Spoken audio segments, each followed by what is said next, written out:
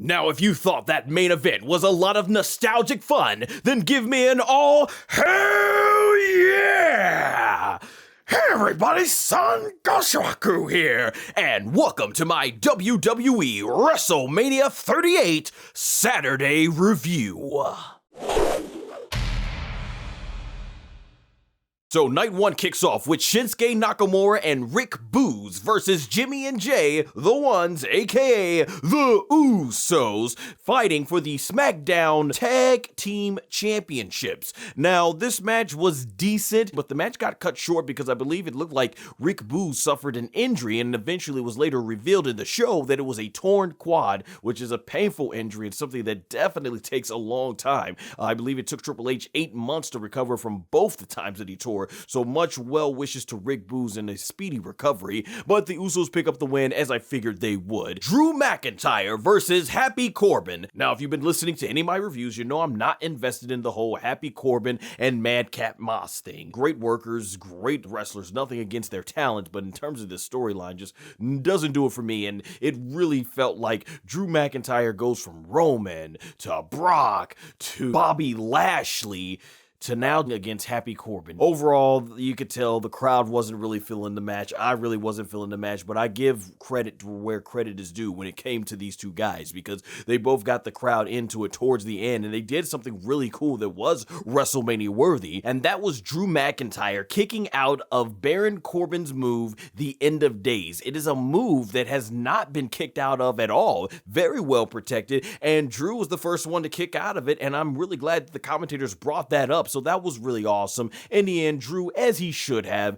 gets the win, and we even got a cool moment where Drew takes the sword, named after his late mother, Angela, and slices the two top ring ropes and made a cool sound effect that they added on there to it. So I actually ended up enjoying the match a little bit more than what I thought I would. Rey and Dominik, the Mysterios versus The Miz and Logan Paul. I believe I mentioned last year in my WrestleMania review is that I don't follow Logan Paul at all, but I understand that he apparently is one of the most disliked celebrities out there, and man, I can be honest, he brings the heel heat, which is something you need in professional wrestling. This match overall was decent. It was a good match. Logan Paul, I'll say this much as someone who doesn't follow, he held his own in the ring. Logan Paul was actually pretty good in the ring, and he really was great at working the crowd, and that was awesome. And you know, The Miz is always awesome in the ring, and the Mysterios, I mean, freaking Rey Mysterio, to be this late into his career and still being able to do the stuff that he does. And then you got Dominik, who honestly, yeah, his father got him into the business, but he more than holds his own once he gets in the ring. Yeah, your daddy can get you in the business. Yeah, your daddy can even train you, but it's up to you to execute it, and I think Dominik executes it very well. So overall, good match. We even got to see the father and son 619. That was awesome, and they did a really good job with the ending sequence, making it look like the Mysterios were gonna win, but Miz ended up getting the victory, and at the end, while he is celebrating, he ends up doing the skull-crushing finale on Logan Paul, and it was the most hilarious thing because within seconds, The Miz went from being booed as the heel to huge babyface, big pop for WrestleMania, but I'm glad to see Miz get his moment because he's been losing a lot, and here he got his big win at WrestleMania. And no doubt it was really awesome for Rey and Dominik to finally, as father and son, get to team on WrestleMania, and I'll say this about Logan Paul at the end,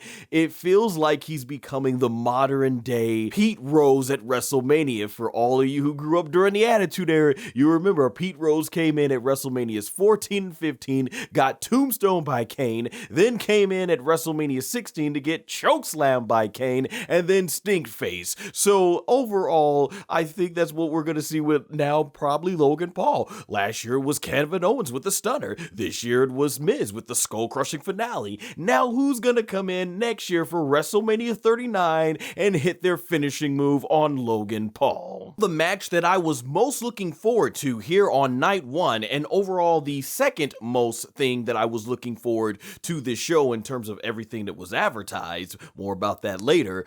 It is Bianca Belair versus Becky Lynch for the Raw Women's Championship. The entrances were great. I think there was a big SUV that Becky Lynch came out of, and then there was this really great band that was playing Bianca Belair's theme song as she made her entrance. But when the bell rang, hats off to both these women. They put it all on the line. This was way better than their matches that they had after SummerSlam, way better than their SummerSlam match, that's for sure. A lot of great action, a lot of great near falls. They even teased that maybe Becky was gonna win in quick fashion like she did, but Bianca kicked out. I didn't think it was overall better than the match that Bianca had with Sasha Banks last year, but it was definitely a close second, and definitely to me the better of the two women's world title matches on this show. In the end, Bianca, after finding several ways to get out of the manhandle slam, hits the KOD on Bianca, and you see the crowd behind her erupt. And 1, 2, 3, Bianca Belair is the new Raw Women's Champion. You know, I felt they shouldn't have really taken this off of Bianca from in the first place, at least so soon. I would have much preferred Becky Lynch had a gradual build up to a heel turn where she became jealous, and then after that beats maybe Bianca at Survivor Series, and Bianca works her way back up. But at the end of the day, this is how it worked. Bianca wins, defeats the woman who basically never lost the World Championship for 3 years, minus the time that she was off from having a baby, of course. Definitely one of my favorite matches on the entire show. Everything just really clicked in this match, and I hope from here that WWE really gets behind Bianca Belair and pushes her as one of the top talents. I still believe that Bianca has a certain charisma to her that can appeal to a mainstream audience if you push her right. Can't put faith in the WWE, but I will enjoy the moment as I'm glad to see Bianca Belair, Raw Women's Champion again. Fantastic match. And hats off to both Bianca and Becky. Also, I want to mention here that as of right now, when it comes to Bianca's record at WrestleMania, all she knows how to do is just win world championships. The SmackDown Women's Championship last year and the Raw Women's Championship this year. 2-0, not a bad way to start your WrestleMania career. Next up was Seth Rollins versus the mystery opponent handpicked by Vince McMahon. And it was none other than the American Nightmare, Cody Rhodes.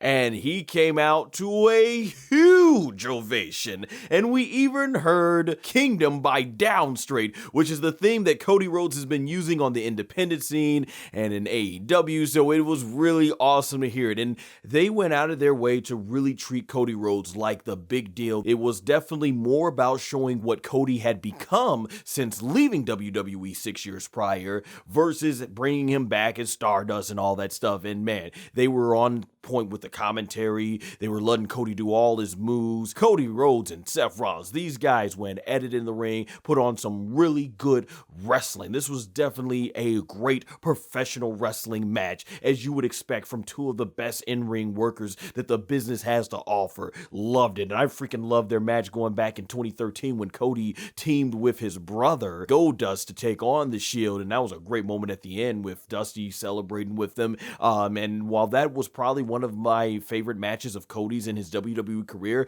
I think from a singles standpoint, this had to be the best singles match in Cody Rhodes' entire WWE career. Fantastic stuff. Letting Cody Rhodes go out there showcasing what he can do, and Seth Rollins letting him do his awesomeness. You had even tributes to the game, Triple H, one of the all-time greats, via Seth Rollins, and then you had the American Dream, Dusty Rhodes, baby, being tribute by his own son, Cody. Fantastic stuff, and in the end, Cody Rhodes hits Crossroads like 3 times and pins Seth Rollins 1, 2, 3. They have Cody get the clean win over Seth Rollins, and the crowd celebrates. I will admit, with the match being as long as it did, the crowd did die down a little bit, but overall, it was still an incredible moment. Cody Rhodes back in WWE. I am still skeptical because for all we know, Vince McMahon just needed a big match and brought him in for WrestleMania. But that being said, like I said, I can't give WWE the benefit of the doubt. I have to really just let it play out and not get invested.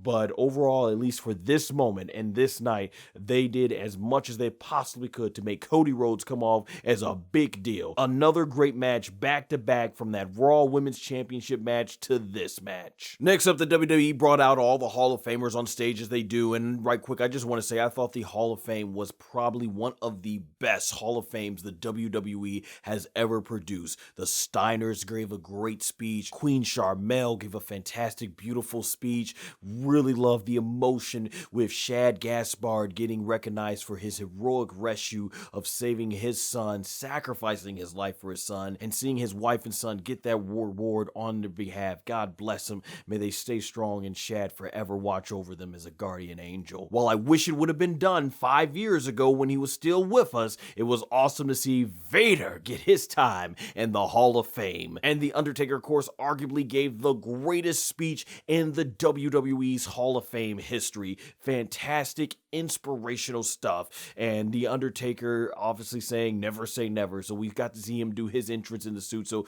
that was really good stuff. And those are just my quick thoughts on the Hall of Fame. Next match was for the WWE Smackdown Women's Championship. Ronda Rousey versus Charlotte Flair. Now, I really wasn't invested into this match. For some reason, Ronda Rousey's promos felt like they lacked a lot of enthusiasm. Go back to 3 years ago when it was her and Becky going at the mic. Ronda was really just, letting her emotions, her frustrations out on all the fans and stuff. It was just, I'm Ronda Rousey, I'm going to take your arm and that's going to be it. You're going to tap. And, there just seemed to lack a certain amount of energy in this build-up, especially. And Charlotte, they're kind of doing the same thing. Like I said, I like Charlotte Flair, but I just feel like the whole queen gimmick, arrogant queen gimmick that she does, I'd like to see something new from her. So I really wasn't feeling the build-up to this match, and you could tell when they got out there, the audience, they were quiet for a good portion of this match because knowing first of all, they had to follow Cody and Seth Rollins, they had to follow Bianca and Becky, and those were two hard-hitting matches back to back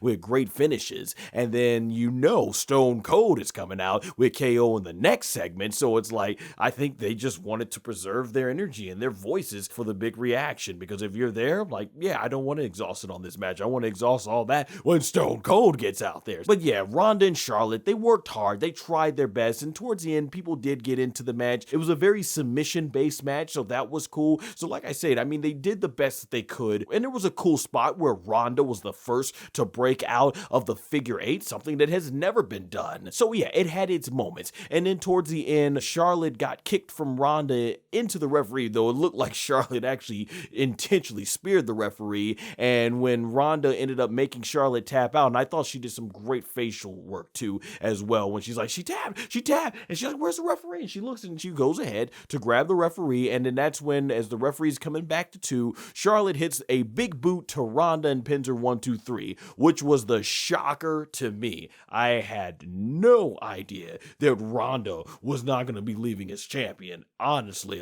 wow, they actually had Charlotte go over. I'm not saying I'm disappointed, but at the same time, I got no idea where they're going to go for this. I thought Ronda going over would be definitely the right thing to do, but I can't get disappointed because let's be honest, when it comes to WWE, they're going to push Charlotte as strong as they want to, and all you got to do is just hope that you get something good out of it. So, and it looks like even now they're pushing Charlotte over Ronda. I don't know what they're going to do. So we'll see from here where the SmackDown Women's division ends up. But yeah, when it comes to this show, I thought the Raw Women's Championship match was definitely way stronger than the SmackDown Women's Championship match. Also, I want to add on that I know Charlotte Flair and Ronda Rousey are capable of having a great match. Check out my Survivor Series 2018 review to see how much I praised that match back then. But this match here at WrestleMania 38 just lacked the intensity of their Survivor Series 2018 match. And the ironic thing about it is that match had no build-up, as Charlotte Flair was a last-minute replacement for Becky Lynch. Here, there was a build-up, but man, it kind of under-delivered,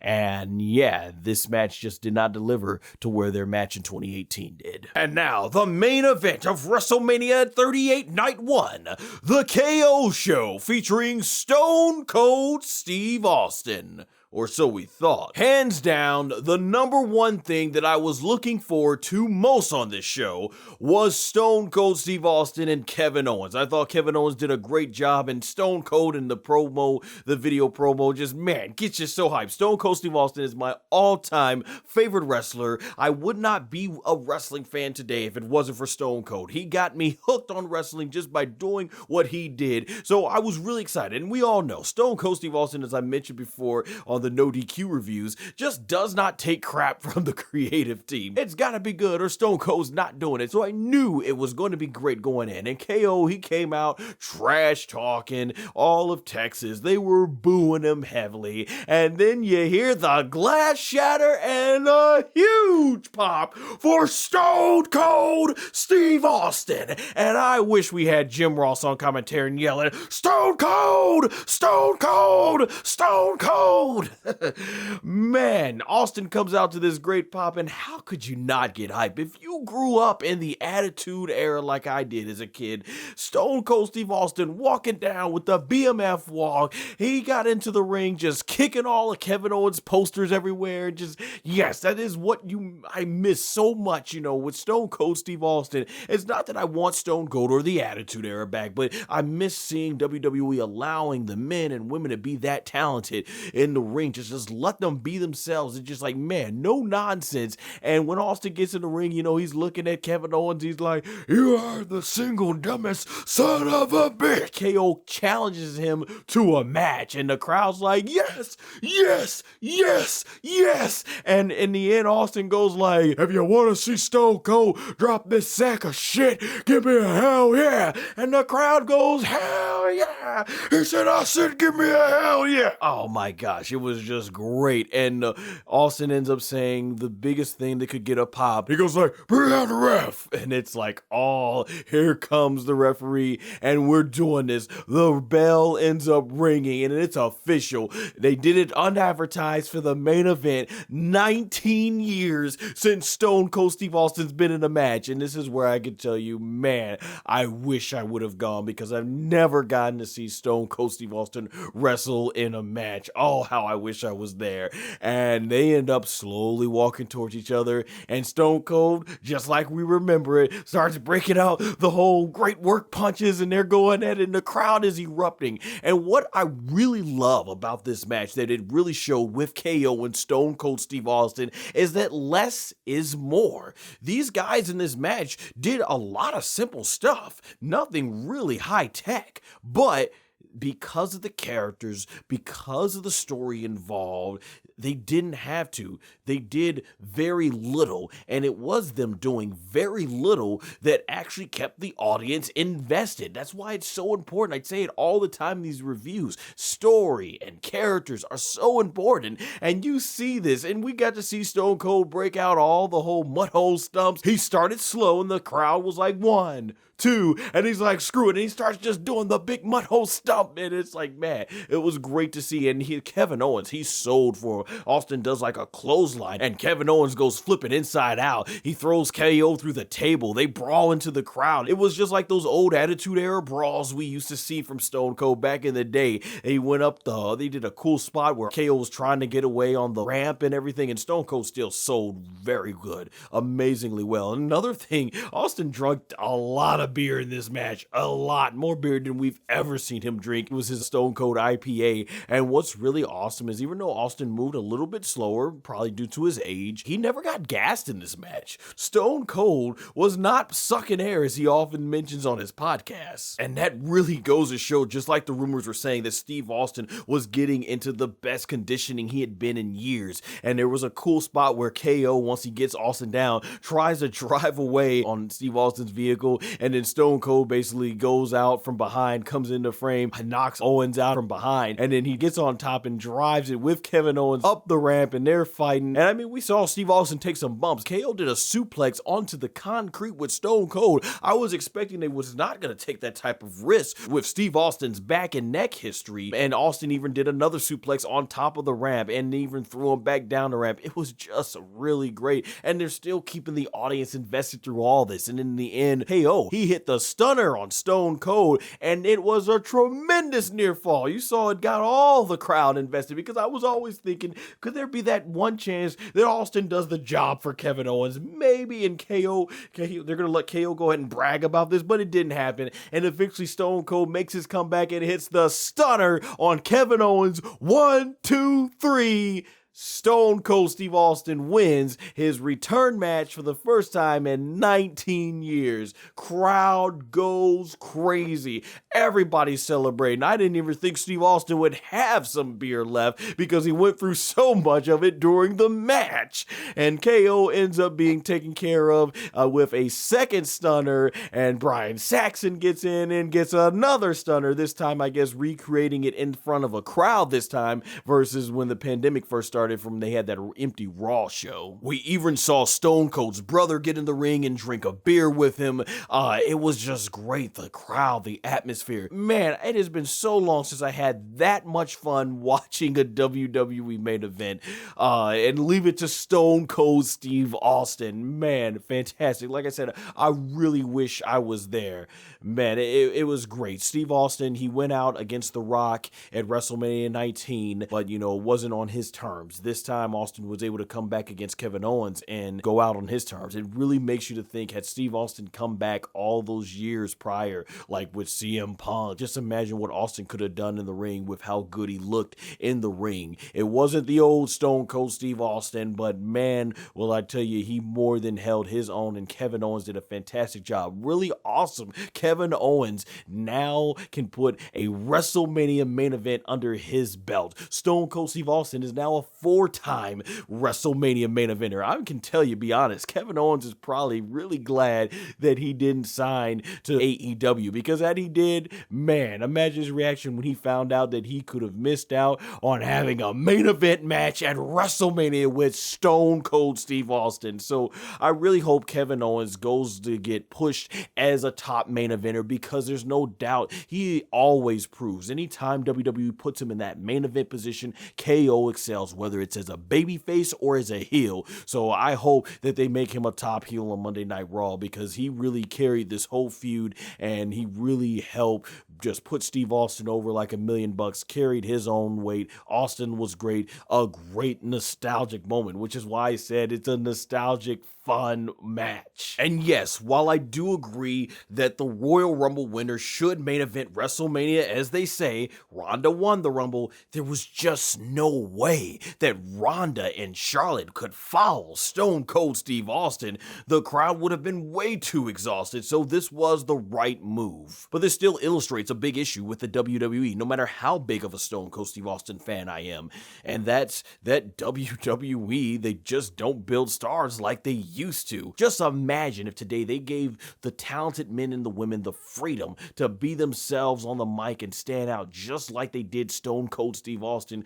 Imagine how much further money this company could be making. But that's just it. As I've said before, they're making so much money from their sponsorships, their big network deals, the Saudi Arabia deals, that they just don't find the incentive to want to be able to push the product further than what they already do. Also, I will say this, because I know a lot of people are going to wonder, how in the world does the WWE allow Stone Cold Steve Austin, arguably one of the most popular superstars of all time, to come back on an unannounced match? Stephanie McMahon, I think she stated there was like 70,000 people there, but of course they were exaggerating numbers. It's more like 50,000 plus that were there. You think they probably would have had a legitimate sellout if they only had to sell, about 20,000 more seats, if people knew for sure Stone Cold Steve Austin was there. That definitely seems like the type of star you want to announce in advance. It may have played an even bigger role in myself maybe wanting to go, but when you hear it's just going to be a segment, I could see where a lot of fans were like, well, okay, I'm not going to go ahead and spend the money on Mania for all that. But this was still a big surprise, because no one ever could have saw this coming, especially after 19 years. And also, I think it might have been the deal where Stone Cold, he didn't want to advertise the match in advance, because if he ended up stanking out the joint, then at least he would feel better that he didn't disappoint people.